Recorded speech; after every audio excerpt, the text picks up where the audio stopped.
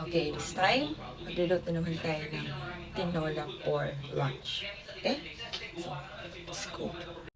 Alam mo, may mga taong dumarating sa buhay natin hindi para manatili, kundi para turuan tayo kung paanong magmahal ng mas totoo. May mga relasyon na nagsisimula sa kilig, pero nagtatapos sa katahimikan. Hindi naman dahil sa wala ng pagmamahal, kundi dahil may mga pusong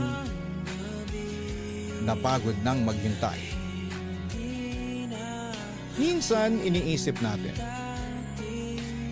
kung minahal ko naman siya ng buo, pero bakit hindi pa rin sapat?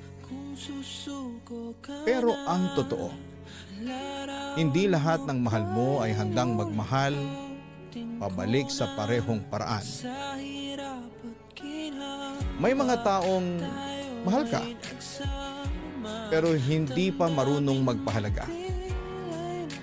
At may mga tao ding gusto ka, pero takot naman sa paninindigan.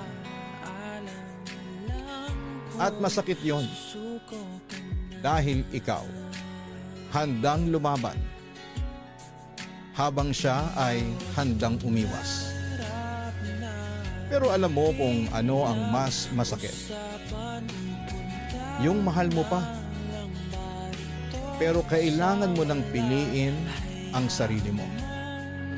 Doon mo marirealize na ang tunay na pagmamahal ay hindi pilitan, hindi hinihingi, at hindi pinaglalaban ng mag-isa.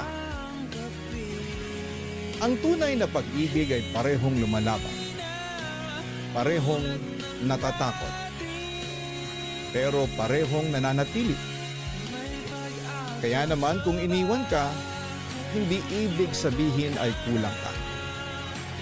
Minsan, sobra ka lang para sa taong hindi marunong mag-alaga. At darating ang araw, may taong mamahalin ka nang hindi mo kailangang ipaglaban. Dahil kusa kanyang pipiliin. Hanggang sa araw na yon, mahalin mo muna ang sarili mo. Dahil minsan, ang pinakaunang relasyon na kailangan mong ayusin ay yung relasyon mo sa sarili mo. Ako po si Papa Dudut, at ito ang kwento ng pagmamahal na natutong bumitaw pero muling natutong magmahal. So, we're ready to eat!